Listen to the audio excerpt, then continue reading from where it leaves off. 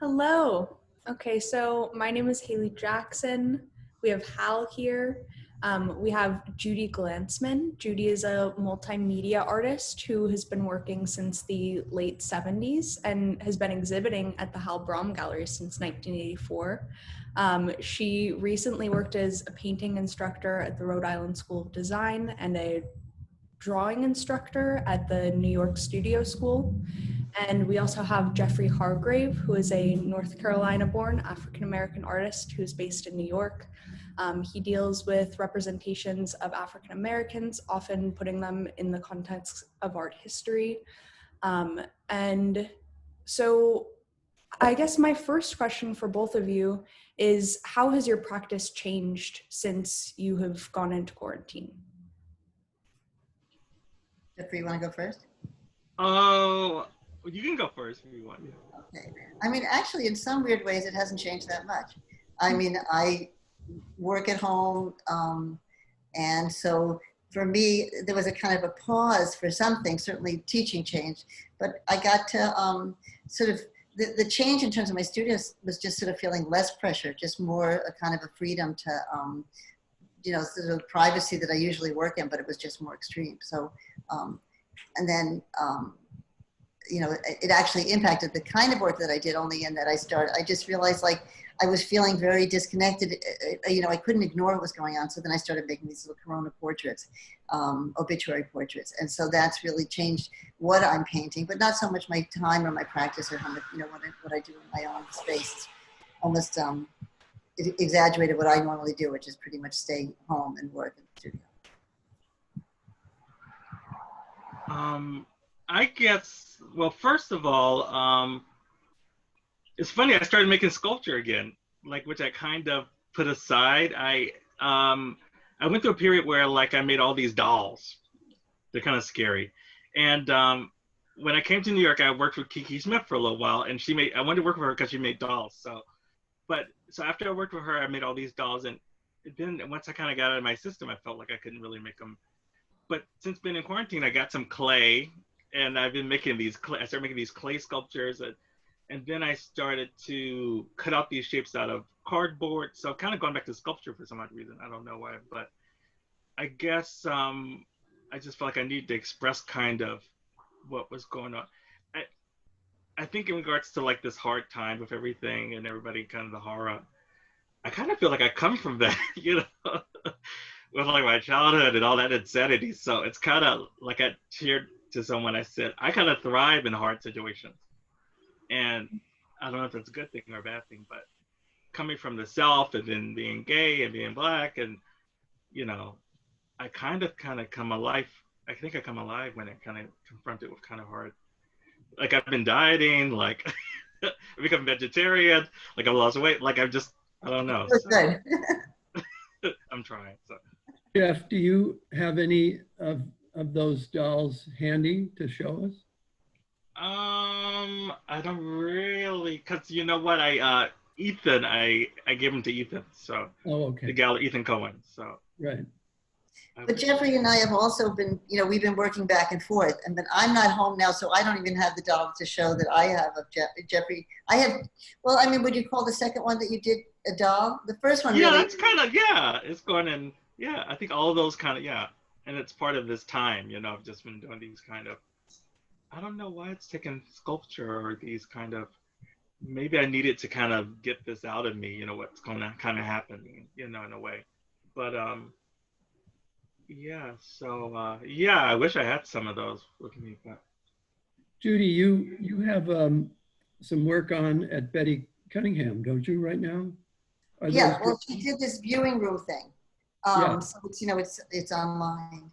And yeah, so I have some of the Corona portraits there. I've been, when Jeffrey was saying about sculpture, for me, sculpture and painting are so intertwined that I make these, and I have Jeffrey, I did a portrait of Hal too, a couple of portraits I think of Hal, one of them. So I always thought of them as being, whatever the surface that it was on, I was very aware of. So the things that I'm making of these little Corona paintings, and I also made paintings of people, Black people who have been killed by the police, and it's all on these plaster cast plaques. So I'm already starting with a kind of sculptural, a thing that you can handle, that feels nice to the touch and has a kind of a sense of its own scale. And I realized more recently that they scale to my hand, you know, so they're sort of, and that's the one that even, certainly the first one that Jeffrey did of mine is just like you can hold it. It's a very, and I think that's probably the doll kind of quality to it, that it's kind of scaled, you know, it has a certain kind of scale. But the other pieces at Betty's that are the work that I've been doing for probably the last 3 years.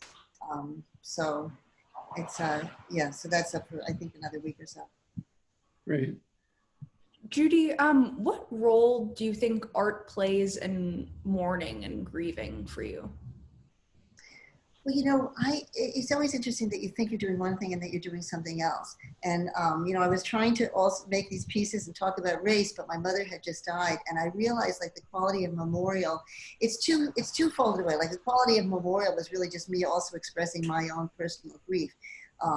And a friend of mine, John Clements, was an artist, died like, you know, a year and a half ago. But the quality of mourning or honoring somebody in terms of a memorial really shifted my work a lot. So when I was making work that was more sort of psychological self-portrait, I would have let them be pretty, you know, like what Jeffrey was saying, like kind of charged and kind of disturbing to look at. And in making the memorials, I think that I wanted to make things that were literally as beautiful as I possibly could make them. And then the other piece of the memorial is I've been doing these things with these shadow drawings. So the idea of something which is barely there, ephemeral, just to kind of like, as if art is a kind of a, you know, the last sort of imprint of something that doesn't exist any longer.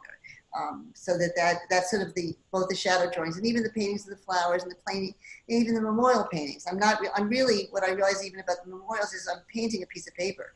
I'm painting something that I print out off the internet. So it's something that is as fleeting and I think, I just say that even the quality for me, I'm always sort of in the work is like say, it's always sort of becoming and disappearing at the same time, which is something I think always in my work in terms of a memorial, that as it starts to appear, it's sort of unraveling at the same time.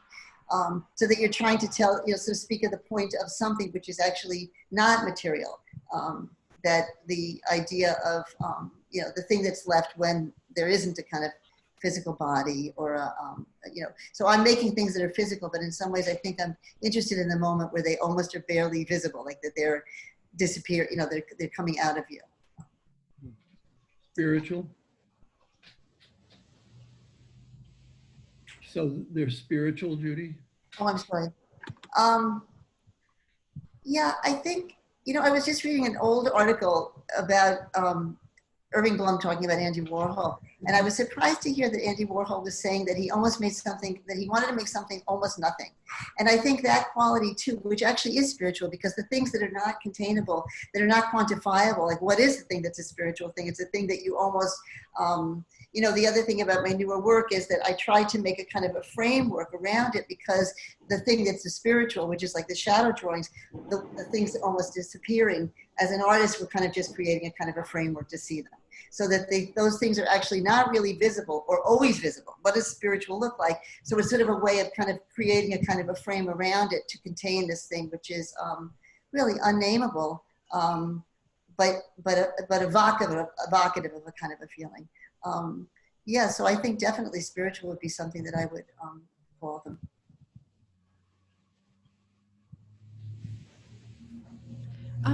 Jeffrey, you, in a really lovely video for the Ethan Cohen Gallery, referred to yourself as a colorist.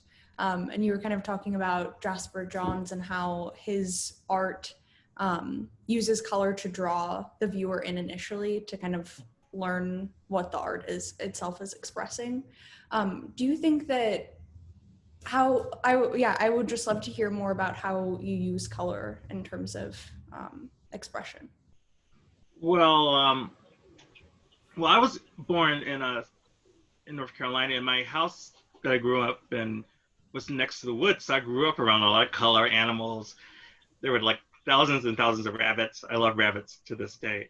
So it was just like an odd nature. So I was surrounded by color, and I went to high school. I did my senior year of high school at North Carolina School of the Arts, and then I went to RISD after that. But people would talk about my color. Yeah, they just told me that I was really good with color, and even now, so I didn't really realize that maybe I had like affinity for color until people kind of picked up on it. So, but yeah, I just feel like even now, and I remember when just going through this childhood, which is so kind of, it was like almost kind of like what do you call it, David Lynch, like crazy father, mother crazy nuts, like. And what I would do is that when my father was like breaking things or whatever, I would sit on the couch and not even look at the paper, and I would just draw, and I would just kind of get into another.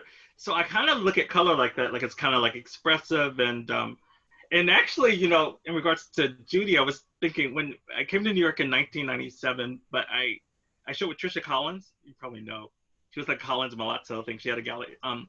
And I was living in the basement, of her gallery, and she showed me. But I saw Judy's show at Dactyl. I guess it was like I don't think I really heard of your work at that time, but I was blown away. But I think it was kind of like the way you use color. And I don't know, it just seemed honest to me, the expressionistic. So I just always remembered that. So I guess I use color in a way of just expressing emotion, feeling, whether it's good, bad, whatever. But I just think I look for the honesty in things, I guess in the work. So I kind of had, yeah, I guess and because of where I come from and dealing with all those kind of feelings of being gay, 1 out of 6 kids in a very straight household, it was very religious. And then at the same time, just very nuts. My mother would say things like, she would always say things like, I want to tell you something, but I don't want you to get scared. Of course, as like an 8-year-old, I'd be like, tell me. And she'd be like, well, one day I was walking behind the barn when I was a little girl and I saw the devil. And I would just be like, ah, so art became a way of just kind of like getting that stuff out. So, and I think that's the way I use color. I don't know if that makes any sense, but.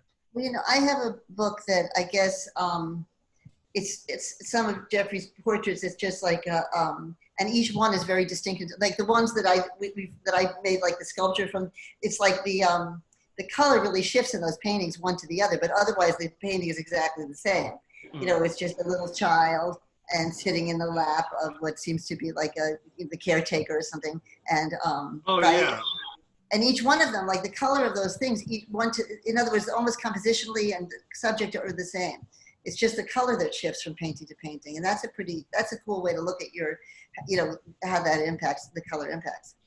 Well, when I did one series of those mother and child ones, I showed some at the Bronx Museum. I was thinking about Monet's haystacks, when I was trying to kind of fiddle around with the color. So I love the way that he explored color, with just, different times of the day. So I was thinking about that with the mother and child paintings, about Monet and the haystacks and the cathedral and those different things. So I guess I like the way that, the fathers kind of use color, so. And even like the idea of repetition, I think that's something actually that both of us have used it different ways, but you repeat the same kind of sort of, the only shift is one thing like the color, then you really get the sense of not just each piece, but how each piece, speaks to the other pieces. The other thing is that, like, it seems like I was telling my friend, I said, it's funny that, like, when I worked for a lot of artists, I said, I'm really inspired by, like, women artists. Like, I worked for Shireen Dashat for, like, 5 years. I worked for Kiki Smith, like, I'm really kind of, I love your work. And actually, when I had the Bronx Museum show, I made a little money. So I bought one of your paintings from Betty Cutting. I bought a couple of them. Because I had always wanted, if I could have gotten that painting back in 1998, I would have gotten it. It probably was way too, because I just love, so I have a like collector thing, too, but I don't know. I just think color, painting, all that stuff has always just been about, it's kind of like Basquiat in a way, or someone like that, that I just try to really just express what I'm going through but I do want to say that in regards to what's going on right now is that one little thing that I've been trying to do, and it's been so great doing the trades with you, Judy, because I kind of have this theory that if you keep yourself busy and keep doing things and planning things, that you'll kind of get through it. So that's my, becoming, eating healthier, working out, if I just sit about, I just sit around thinking about like how miserable everything is then. So I just feel like if I kind of like plan for the future, like maybe I'll meet that guy and get married. Like then it's kind of like it'll give me hope to kind of keep going through. And I think there's something to that, There is a hope. There is there's two things going on at once, because there is a kind of quality of hope that is possible now, which seems like I think the whole thing of just pausing and thinking about things, just, politically, it just seems like what's going on in the world is because of the kind of pause and the time for people, and even to keep, focusing on what it is you care about and acting on it. It's like, it's a crazy time, both really, sort of great in a certain kind of way, or potential. Where do you think it's all going to go? I think it's either going to go, unfortunately, one way. It's either going to really, the clamping down and more of this, sort of, it's either going to go one way or the other. I just have to hope that it goes in the way that that people sort of feel that they're able to make a change. I mean, for me, even like the concept of something changing so differently than the other feeling is like you can't make any change and it's just going to always be the way it is. And I feel like that's different now. But I think that it could become very either really conservative or things will really change. Those are the two. I mean, I think it's great, like what's the whole Black Lives Matter thing, what's kind of, I mean, like these young kids and, and people of all ages, like really just, trying to change things. I mean, I think it's so amazing. They're still protesting. It's like 5 weeks or something. I mean, I think that's amazing. I mean, I don't like the looting and all that stuff, but I think that's really, I do think that I don't think that we're going to be the same. I mean, I think like the computers and everything will probably be a bigger force in people's lives. And I think that I hope that we can, I really kind of am worried about climate change and everything. So I hope we can really, because even now with all the planes kind of not as active and everything, the air quality is just like a lot better. It's amazing how different it is, and I don't want to go back to like, just bring all the cars back and bring all the planes back and like, let's destroy everything again. I hope we can kind of go to a better place instead of just going back and. Do you think that, oh, sorry, go ahead, Judy. You go ahead. Do you think that art will shift at all due to kind of how the political climate is changing? What was the question? Do you think that like there will be a shift in the art world due to this kind of political climate? You know what? When I first had quarantine, is this a bad connection on my part because you guys are frozen? No, we can see you. Okay. I can see you. At first, I sort of wrote this. I sat down and I wrote this thing, and really one of the pieces of, the relationship between money and art is, I think, really a destructive one. And I think that the way that entire relationship, it's or even big art fairs or whatever the art world is or something. I hope that there is a kind of a shift there, because I think that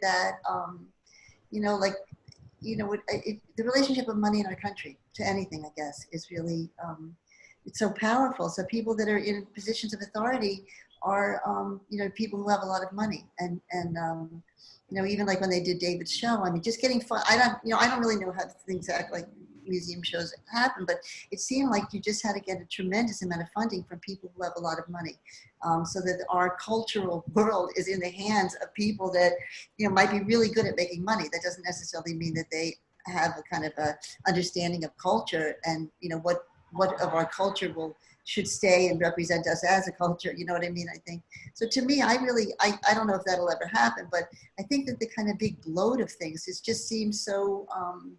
Or even the idea that things like art, in other words, that money acts like then you can quantify what art is. And I think that is destructive. And I know Hal from the East Village. And it's like there was a kind of a beauty in that time of not having that aspect. And actually when that aspect really kicked in is what really ended the whole life of that, experience, the real, like you said about being spiritual. I mean, art, the act of making art has to be I think, and even if it's entirely cerebral, it's all spiritual in a certain kind of way, or acting on sort of the human spirit, and that's a delicate, special thing. And I think that the commodification of stuff has been very, well, it just, maybe there's two different lines of thing. Maybe there's, you know, people who make art, and then there's in the art world, and some people that make art are in the art world, and it crosses over, but it's not, I mean, when I came to the city, there were opportunities for people. There were public, you know, there were spaces that were not commercial spaces. A lot of spaces that you were able to exhibit your work, and people that were interested in doing things not really entirely on a commercial basis. And it was possible because things were less expensive. So I would hope for something like that. I think that's true, though. I think that is happening because, you know, just like Jeffrey said, when art really has to fill a need. In other words, there's a need right now for it. So in some ways, then it kind of is dictated by that, and that's, you know, that's a really great thing. Yeah, I think now it's kind of, yeah, it's serving a purpose of like kind of what it maybe was like in the 80s, you know, like it's kind of people are like trying to get their message across, and it's not just about, I mean, it was Carpenter. Only when I came to New York, I didn't realize that art was really so valuable until I think I came to New York. Sorry, your audio went in and out. So I didn't really realize that art could be so, because I just wasn't raised like, I mean, when I came to New York, I realized, wow, you know. But even then, oh, am I still muted or? No, you're good. Oh, even then, you know, it's been so crazy with like the $100 million of this, and I don't know. I just love, like, I don't know. I think I'm not really into that whole thing, but I was talking to a friend of mine. She had some position at the New Museum, and I was talking to her years ago, and I said, "Oh, I just really want to like make work and, you know, really, you know, build my work up and like really get my message across. And it's not just about like fame and money and everything like that." She was like, "For real?" She thought I was joking. I was like, "Yeah, it's kind of like." So I mean, I don't know. I just. What did she think, Jeff? That you? I think she thought I was joking. Like, I think she thought like that's so odd because most people want that. But it's just never really been about that for me. You know, it's maybe kind of going to the School of the Arts and going to RISD. It was always about like trying to, I don't know. It's always been about trying to do the best, highest quality, I guess, art. It wasn't so much about like the money, you know. So, but I know that, you know, I worked in a lot of galleries and stuff. When I first moved to New York, I worked for Nina Nose. So I was able to see all that kind of the money side of it, which I didn't really, you know. But and I think, you know, I just love it so much I would never sell anything, you know. But I guess people have that, you know, the commodity. Oh, how do you negotiate that? What? How does Hal negotiate it? Because he's in the other side of it, really. Well, what's interesting is I go back far enough to remember when I was going to open a gallery and Paula Cooper said, "Well, don't expect to make any money." And, you know, back in the early 70s, it was a very small world.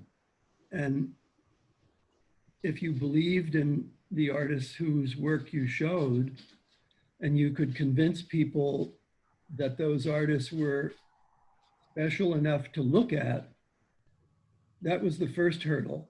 And so people would come in and they would look at work, and then they would either like it or they wouldn't like it. And if they liked it, maybe they would buy it. And that shifted completely by the end of the 80s, when the art world became so much as another asset class to be invested in. And by the middle of the 90s, it was completely off and running. I mean, big time. You know, if you had stocks, bonds, gold bars, real estate, whatever you had as an asset, if you had money, it was understood that art should be part of that, and it became an asset class. And that's why we have the kind of auction prices that we've had now for a long time. You know, people bid up a work of art, and other people, either for social status or because it's going to mean something in their life maybe, and that the money doesn't matter to them, they put their hand up and they bid it even higher. So it's a big change from the days when I started.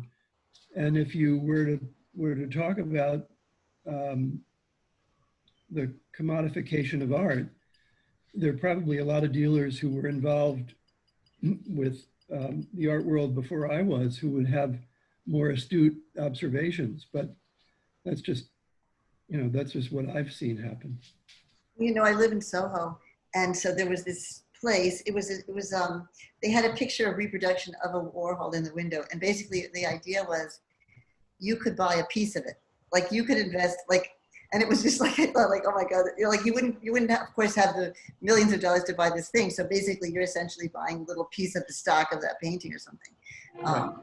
But now with all this plywood, there's some great paintings that are happening back in Soho. It's like, it really reminds you of like the East Village or that kind of thing, where people just, the feeling is just so much better. It just brings back a kind of a life to the place. Yeah. Well, you were involved with Luis and Mike and David Wojnarowicz at the Pier, Judy. And, that was a kind of way to do work that was freed from economic concerns or commercial concerns in any way, shape, or form. Right. Jeff, did you ever tune into that? I mean, it's way before your time, but did you happen to see the show at Hunter a couple of years ago that was beautifully put together? That was really a well-curated show. Of David, or? No, it was the Hunter Jonathan Gallery. Weinberg? What? Jonathan Weinberg is? Yeah, Jonathan Weinberg was the curator, and it was all about the Pier and the whole. He really did a superb job. There's a beautiful little catalog for it as well. No, I didn't get to see that. I think I heard about it, but I just, for me, art has always just been something that, not even been dramatic, just has prevented me from like going over the cliff, and growing up poor, really poor, and it's kind of funny that my father actually was very supportive. Like I remember I went to take music, I wanted to play the saxophone or something, and he was like, "We'll get you a saxophone." So that was the one thing, when I wanted to be an artist, he didn't say, "Don't be an artist," And so your family was supportive. Oh, very supportive. Yeah, I mean, my oldest brother was like this prodigy artist in 6th grade. He was doing photorealistic drawing. So he was kind of the one that he was the firstborn. Everybody kind of put their attention on him. So, but I, even when I was like, I think I was like kindergarten, and, it was just very dire, we didn't even have a working bathroom. I mean, my father was a drunk. My mother was like, should have been in an asylum. So I just needed a way out. So I remember like there was I think we had a talent show, and like I entered in the talent show and sang. I think like in kindergarten. I got out, because I think I needed some way to kind of express what I was going through, And then later I acted, and then, painting. So it's always been a way of kind of keeping me sane and keeping me going. It's almost like, it's like, what do you call it? Like a ventilator, Art has been and I can understand that people, like, I wouldn't mind having like a Cezanne. I don't think, because it would bring me peace. I wouldn't want it because, oh, look, I have this painting. I love being surrounded by art because it just makes me feel safe, So I would want something like that if I had the money for that reason. You're a like not to say, oh, I have this thing. You're not only a great artist, but you're obviously a real collector. Oh yeah, I love collecting. Because I'm sensing that you're the kind of person who owns what you like and not what you think you should own. No, because I was telling my friend, I said, one of the greatest artists I've ever seen is like this homeless guy. And people would line up to buy his paintings on 8th Avenue and 14th Street in the subway station. I have tons of his work. He's amazing. So it's always been about like what it does for me internally, not like, oh, I have this thing and that. And so, and that's the way I felt like when I saw Judy's work. I was just like, I was thinking about today, like, it just struck me. I always remembered it in 1980, seeing that show, and I just think I was like, wow, she's really expressing her feelings, what she's going through, and the pain, the joy, the happy, and that's what I really connect to. I feel the same ways that you said, you know, that for me, like that is, without that, I wouldn't have been able to, like, basically I had to have that means of expression or outlet or getting things out. That was just a, you know, definitely emotional need. And then when you have that, when you tap that, you figure out a way to get something out, it, you know, it's very pleasurable too, because it's a release, and also it's entertaining. Like you're looking at, it's a release, and then you see this other thing that you made, and it tells you something that maybe you didn't know or even see before. So you're also engaging in somehow in the act, you know. But that idea of survival, I think for me, and probably for most artists, I'm sure, yeah, that's the So, Judy, what do you you, do it for. You know? Judy, do you consider yourself a collector? Do I consider myself what? A collector? An art collector? You know, no. No, I have some work, and my husband Gary is a collector, and he loves things. I like him. I don't like a lot of. I make stuff, and I really hate accumulating things. You know what I mean? So I think, like for me,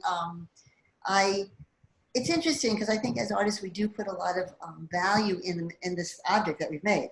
So the object carries that thing. So and so that part of it is really special. But no, I don't have. I have some things. I'm not a great kid. I don't care. I'm not good at things like that. It's much better for me to have somebody else have it.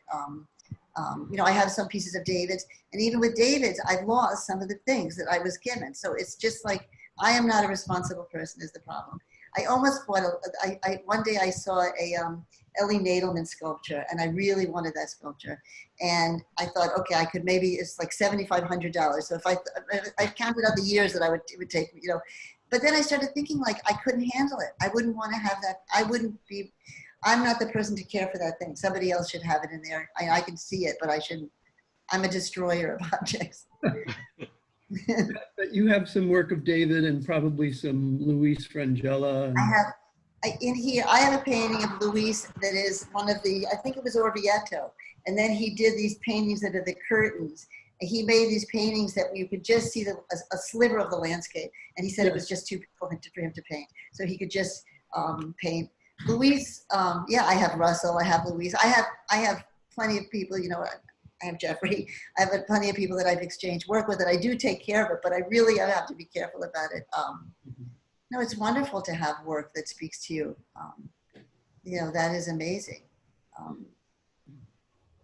Jeff, do you have an interest in artists of the 80s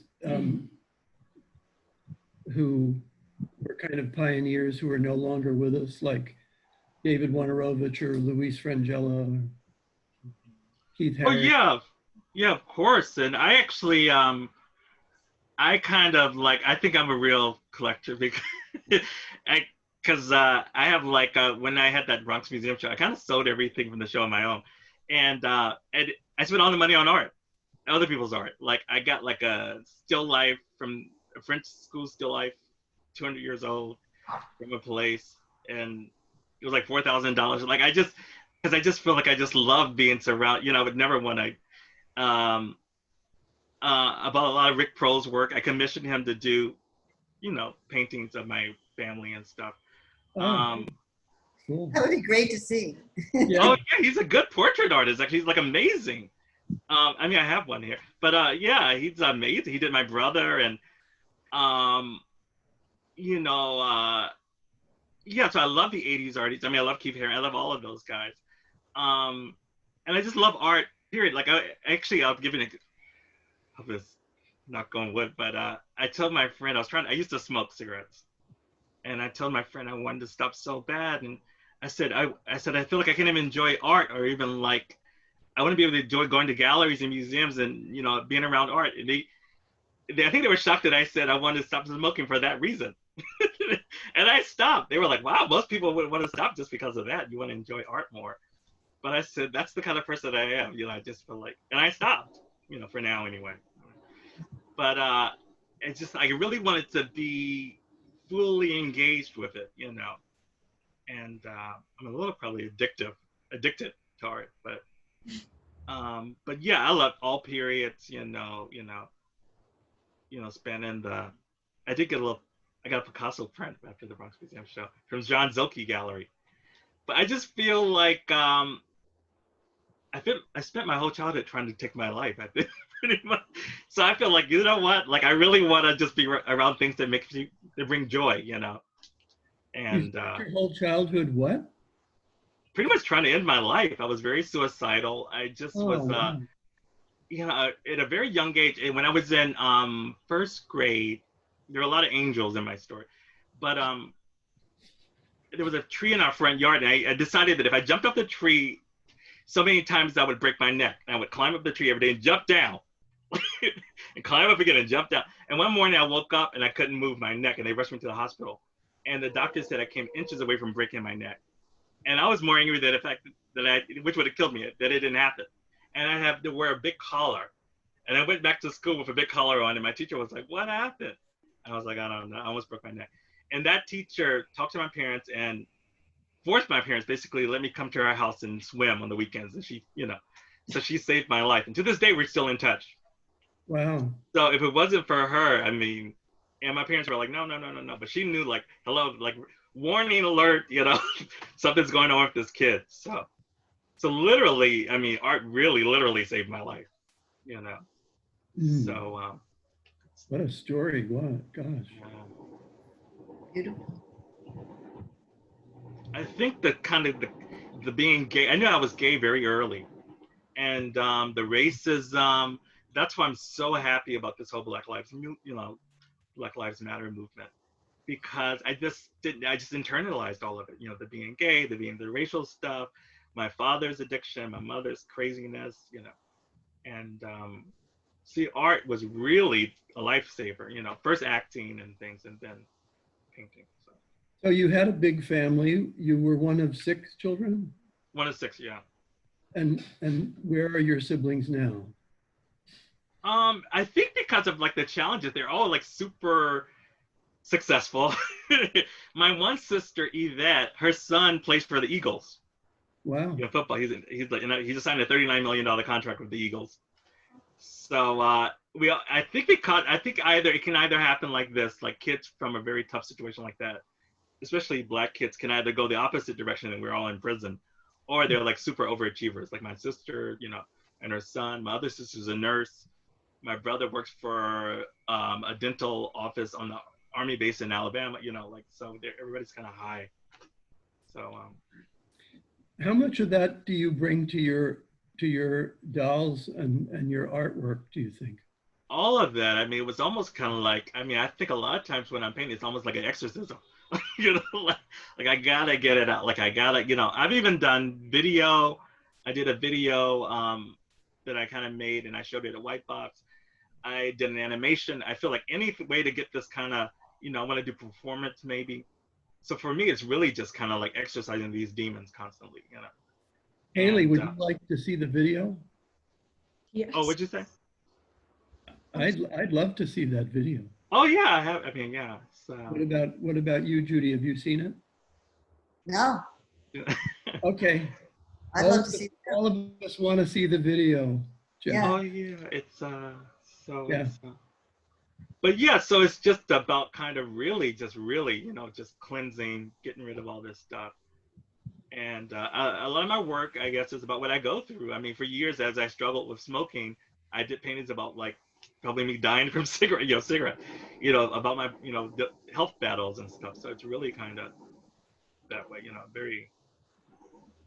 Have you, Judy and Jeff, have you seen the work of the Sarah, what's her name, a British artist? She had a show at the New Museum. She did a lot of work with cigarette butts. Lukács. What? Oh, I didn't see that show. Did you see Sarah it? Lukács or something? Yeah, Sarah, that's it, Sarah Lukács. I didn't see that show. It was a very good show. If I remember correctly, there was she had made a car, a Jaguar out of cigarette butts that was in the show. I can't look at that work because I can't look at work that deals with cigarettes. It's too, because it was such a hard battle. I mean, woo. Yeah. That was a really. I have an Al Hansen that I bought from Gracie that is a Venus made of cigarette butts. Yes, exactly. Amazing. Yeah. Al Hansen did that a lot. Yeah. Yeah. Yeah. And I agree. It's like, it gives me joy. Looking at that piece always just makes me, it brings a lot to me. It's interesting. But battling smoking was such a horrendous thing. Like I don't even want to. I can't look at anything that does. It's just too painful because I really was trying for like all the way back to RISD days. Like and literally almost died from it in my 30s. Like I started getting pneumonia, and like one time it was 90 degrees outside, and I left the building, and it felt like I had chills, like it was below zero, and it was pneumonia from smoking. So I was really like at death's door. So. Wow. It's a How long ago did you quit? I wish I could say it was like a long time ago, but I haven't smoked in 9 years. So Congratulations. Yeah. thank you. I wish it was like 20, but 9 is good for now. So It's still a big accomplishment. oh yeah, it took decades to get to that 9. I'm telling you. Oh. Judy, how long are your works going to be up at the gallery? I'm not sure. And I think they went up last week. So I think next week I think it's up for 2 weeks. And then she's starting to open again, I guess, on a limited basis. So people will start to open up. It's interesting. Yeah, for me, I really love doing that because it kind of helped me to kind of put everything together and think about it that way. So definitely, it's a little bit informal because it's like it's like I didn't have a photographer do a lot of this stuff, so there's something nice about that. But most of the things is just putting everything together. I think it's a pretty dense. If you look, there's a lot of information on that thing. A lot of things to look at. Why don't you tell everybody watching how to access that? So I guess you go to Betty Cunningham Gallery, and it's it's Cunningham with one N. And then you go to there'll be at the top, it says viewing room. And then you click on that. And then you have to, unfortunately, put in your name and email. And then once you do that, you don't have to do it again, I think. And then I think they just want to keep a track of, it's just sort of a standard thing. But so then you can, you just keep scrolling down because even some of the images they have, like a thing you can scroll across, and then if you click on it, there's more. So it's sort of a rabbit hole-y thing. Like the more you click on it, and there's more information inside. I don't know about you guys, but for the older people here, it's always a kind of a challenge, just in terms of that, that situation. I mean, it's interesting. Like work can communicate, but it doesn't really communicate if you're not standing in front of it and taking a look at it. But anyway, I really do. I'm proud of it. Very proud of it. So that's how you can see it. Something that I have felt kind of appreciative of, but I think it's bittersweet, is that I feel in many ways that I'm able to see much more exhibitions than I normally would be able to. Just kind of being in New York, I feel like it, to actually go to the gallery, it's much different. To kind of like have a lot of opportunities to view so much art right now, but it does feel like there is that kind of barrier when you're only able to view it virtually.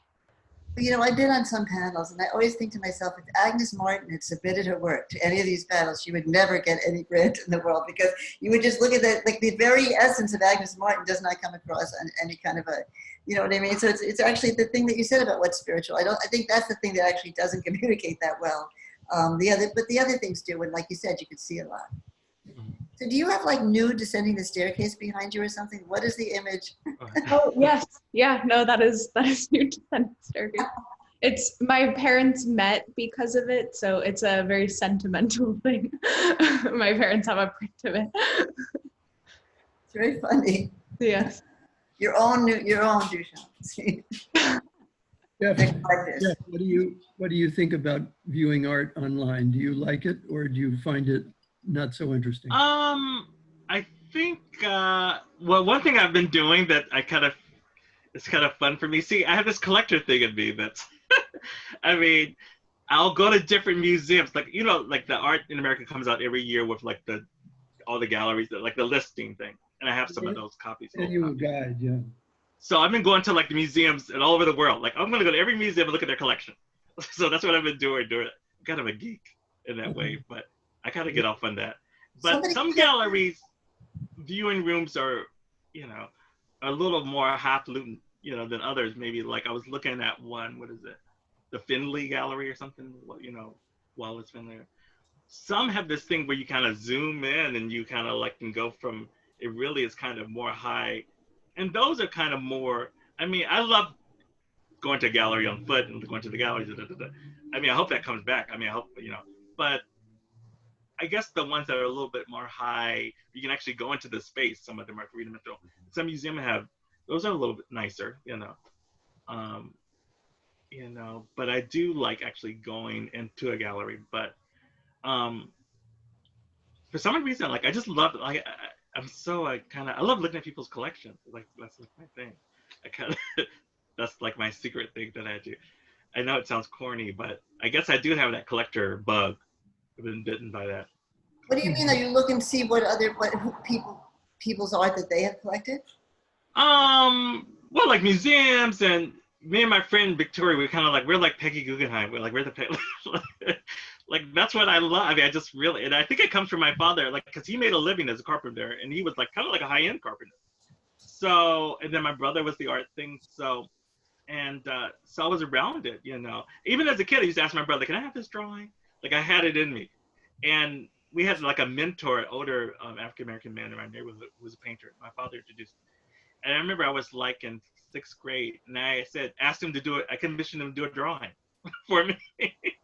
I said, "Can you do a drawing?" Like, so I always had it in me, like always. And then another friend who went to RISD, who was kind of a friend of mine who lived in my town, she drew me and I framed it and I put it up in my family's living room. So I've always had this collector thing, you know. So. And you use art in your art. I mean, you reference. Yeah, and also, you know, when I collect art, I kind of, you know, it's kind of like I learn and I bounce off other people's work too. So it's like having a dialogue of other people's work in my work. So Sorry, guys. that's a kind of Yeah. But I've always had, like, even when I was a kid, I wanted to have like a stamp collection. I just had this thing. I mean, we were so poor, so it was like I had like a stick collection of different sticks. But and my brother would move the stick. I was like, "That's a dinosaur stick. Leave that stick on," you know. So, but I always wanted like a coin collection. My father would say, "What do you want, a coin collection? We can't even put food on the table." You know, it was kind of that kind of thing.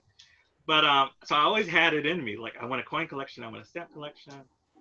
Da, da, da, da, da. So it makes sense that It's interesting, like that are, you know, really the collector thing is that you have this object and this object carries all that history and time and you get to own it and then it goes from you to somebody else. I mean, the kind of belief in the object carrying all this, you know, magical stuff. Well, I do think I heard other people who are like people who have private collections. I almost kind of think you got to be bitten by it or you're born with it, because I always had a collector thing ever since I was a kid, like that. I used to always want to stamp, you know, I just had it in me. And so, and I've heard a lot of people who collect say the same thing, like they just kind of have this, it's a certain kind of thing, I guess, that if you have it or you don't. But I guess I just appreciate other people's art, you know. And there is something magical, I think, to having like maybe something by Leonardo. I think maybe people feel like they're getting in touch with having a piece of the divine in some way. Like if you have a Leonardo painting or something, it's that person's kind of connection to something, maybe some kind of higher power or something. I don't know, but Right. I think that's right. yeah. So. During the whole lockdown, have any of you seen a video tour of either an art collection or a gallery exhibition conducted by a curator or a collector or even an artist? I haven't come across one, but I'm sure there must be some out there. Well, apparently at the Frick, there's this thing of these great, and I think it's a limit to how many people can go on, but that it's apparently supposed to be, that curator is supposed to be really fantastic in terms of how they talk about their collection. And they go through the exhibition. And they go through the exhibition. Yeah. I think that would be much more interesting than just the static idea of a viewing room that's kind of sanitized. There's nobody there. You know, there's a picture on the wall. No scale. Well, you can get the scale because they have a scale bar at the bottom, or there'll be a chair in the photograph. There's some kind of visual clue to give you the scale, which is great. But I think it would be a wonderful series to do collectors walking through their collections and talking about the works. And it sounds like something that Jeffrey would be great at doing with your own collection. And I think people would be interested in that. What do you think? I think so. I mean, I loved like Vic Muniz. I don't know if he did like a series called Verso. It's all about the backs of paintings. Like I love that. Like sometimes museums and auction houses do it now more, where they'll show you the back of the paint. I love it. Like it's like crack for me. And I love looking at the provenance and how many people owned it, the little stickers. I just get off on all of that stuff. I'm telling you, I'm like a real thing. So and I just think but Vic Muniz did a series of photographs, or no, actually not even photographs. He reconstructed the backs of famous paintings like Mona Lisa and stuff like that. And because there's a whole history to the backs of things. And a lot of museums will show you that. They'll show you what the back is, and like RISD does that a lot. I told you I go to all these collections. I've been around the world in quarantine to all the museums collections. So, and I actually like the way they do it, these collections. I mean, it's kind of, for me, I think it's, and I like the gallery ones when they do it where there's someone you can like zoom in, and I don't know what kind of format digitally that's called, but, and then each painting you kind of click on and it'll tell you everything about the painting and blah, blah, blah, it comes up, so there are some that are a little bit more highfalutin, that I kind of, I mean, I think the future will probably be both. That everybody's going to up their online game, but also you can go in person. That's what I don't think. Like, say, like we get a vaccine and everything, that people are going to just ditch all the. I think, if anything, people are going to kind of make it stronger. Their platforms. I agree. But probably both. You can go in person, or you can go, Right. Because there can always be another pandemic. There can always be another blah blah. In the teaching I've done, that I just go through the Met. I mean, you could basically, the Met has, at some point, they made their collection so incredible to look at. They're all high resolution. You could just find all kinds of things at the Met. So I've always done that just for teaching. But I'm going to try and do it now. I'm going to travel around the world like you're doing that. Take a look at what places have things. And then I go to just like strange museums, like all over, I just really kind of, I don't know, it just fascinates me, like, and I love knowing who owned it and who gave it, blah, blah, blah, So, yeah, but I think that comes from my just upbringing, being around all of it. And then we had a gallery in my town, like an art center, Waterworks Visual Arts Center, which at the time did very cutting edge shows, like of artists from New York City and DC. And they did a show about the Exxon Mobil, the spill in the 80s. And like they filled every gallery with like oil, the floors, and like birds covered in oil.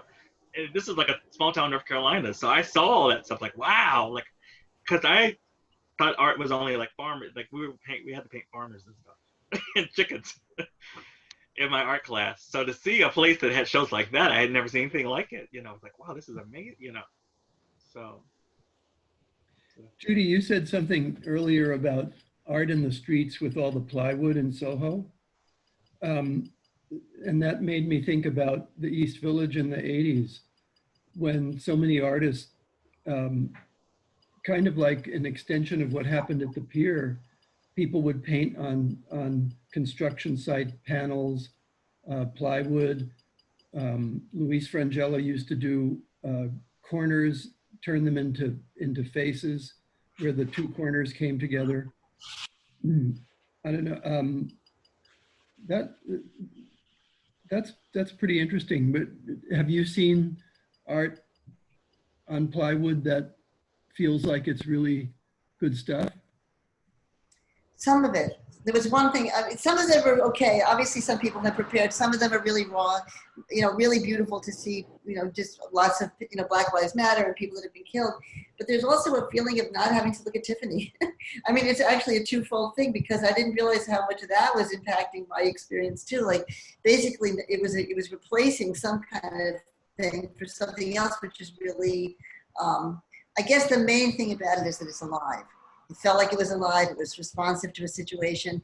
It's a vital, alive thing. And I think that, that really reminds me not just of the Pier, but of the East Village. I got a thing today from Andreas Sturzing. I don't know if he sent it to you too, because he's done this two, and seeing them two together, and it really is amazing to see, really remember what the East Village was like. And they have a lot of it. They even have images, I think, of people who've painted on all kinds of things that are on the street. And one of the other things, like Jeffrey had an interview with Vermont Studio Center, and one of the things that you said was just the idea of wanting to have your life come, like basically, to have things kind of move through you. And I think that that's the part of the alive thing of the solo thing. Like when you see the thing, it feels like it's happening now, and it's, so the idea of what's good or bad in a way is also really is opened up. You know what I mean? It's like if it's impactful. One of them was just absolutely gorgeous. An artist must have made that and thought about it, and it had stencils, and they made it so that they got there and put this. There was one that stood out from all the other ones to me, but all of them have, a real feeling of, just no separation between why they're making it and what they're making, and the feeling of the instant. And I think that was. I think in the East Village too, like it was a feeling of being in a wave. I mean, I feel like there's a wave now, and it was like, so it's interesting because it goes on with, you're in it, but it's not, you don't dictate it. You just, and so that's a great feeling to be a part of something like that. Is so unusual. You're so lucky. But yeah, it reminds me of that kind of urgency. Immediacy. And like even with the death of, George Floyd, look how many people have made his portrait, and they're using art as a way of healing, like the poster, but it's amazing that, or even like putting the Black Lives Matter on the street, and people working together. That was just unbelievable. It's like genius, beautiful. But it's like the art is healing, I think it's healing for these people, and they're not looking at it as a way as maybe we're artists, but it's like, it's helping them to heal and to kind of understand things, And one of the things about it that seems so magical is that nobody said, do this, do that. It's everyone doing what seemed right to them as a way to honor people who had been murdered, as a way to build awareness and consciousness about where we are and where we should go. That immediacy, but that spontaneity has really been pretty magical, I think. And David always talked about the idea of if you don't see yourself in the culture, like if you didn't see an advertisement, that you're essentially invisible. And so that idea of making manifest and making visible, is just so powerful. I mean, I think it is. It shows the power of art. Each one of these gestures is so powerful in terms of, giving a kind of a framework and allowing some kind of, what is the power of imagery? I mean, it's really fantastic. It's and with video now, I mean, like all these recordings of these murders or killings, and with the internet, it's just so people get it so quickly now. I mean, before that, you might have heard about it, but now, millions of people can view the, on Facebook Live, and people are recording these things, and it's like, so that's powerful. It's just technology has really allowed people to see that this is real, that this is really happening, and I think that's a very positive thing. I mean, I think there are dangers to the internet and technology, when it's kind of used by maybe wrong people, but it's a powerful tool, like for millions of people to see George Floyd, dying. I mean, it's like really, so it's very intense, and hopefully can bring about positive change. It was heartening that for once there was a video that didn't end in a murder, when the bird watcher in Central Park filmed the aggressive woman who was threatening him and calling the police. He kind of turned the tables in a way, and thank goodness that video didn't end with somebody dead, but in fact had the opposite effect overall. But you're right, the immediacy is something that couldn't have happened, 10 years ago. Because I think it would be, it's convenient sometimes to not believe things. So it becomes impossible to not believe it if it's just so undeniable, that's. Yeah. No, and I definitely think that technology has become a really powerful tool for empathy, and kind of like forcing yourself to put yourself in somebody else's shoes. And yeah, I think that it has been really amazing that all of these kind of terrible experiences that have been happening for centuries are finally like being recorded, and yet there is like this kind of um, this power that any person can have if you have a video camera now. I mean, when the history books are written, I think like whatever the corona in combination with that, it's just sort of a fascinating thing because it was people couldn't be distracted. You know what I mean? It was just everybody was sort of stopped, and the combination of the two, I think, is what we'll look back on as sort of like this, this the thing that struck the match. That. But people are so, it's amazing because I've gone to to Union Square a couple of times, and everybody's so much filled with passion. It's amazing to see all these young kids and like every gender and race and everything, all like coming together. It's like pretty amazing. Yeah. So. It feels hopeful. Oh yeah, totally, yeah. Yeah. And I do think technology has helped definitely. A lot of times I'm still kind of like so used to looking at the newspaper, so when I see things online, a lot of times I don't believe the story. I'm like, that's not real. And then I see it in the New York Times the next day. I'm like, oh, it was. Like, I haven't gotten used to like, because it's so quick. You get information so fast on the internet. It's hard to know though. It's hard to know sometimes. I get confused by things that are not real, like thinking that they are real. Like things. I've gone off Facebook. I think we're definitely living in an era where it's very important to do your own research on things. I feel like that definitely happens to me a lot, where I will see something and get so enraged or happy, and I will Google it, and there's nothing else but the Facebook post or whatever. Okay, well, I think it is time to wrap up, but thank you guys for such an incredible discussion. Thank you. You guys were amazing panelists, Zoom panelists. Thank you, Judy. Thank you, Jeffrey. It's been great talking with you both, and I look forward to seeing you both very soon. And Jeff, I have to get you back to the gallery to see some more Luis Frangella work. Oh yeah, I love his work. Thanks so much for this. This was fun. Yeah, thank you guys so much. And it's great meeting you too, both of you guys.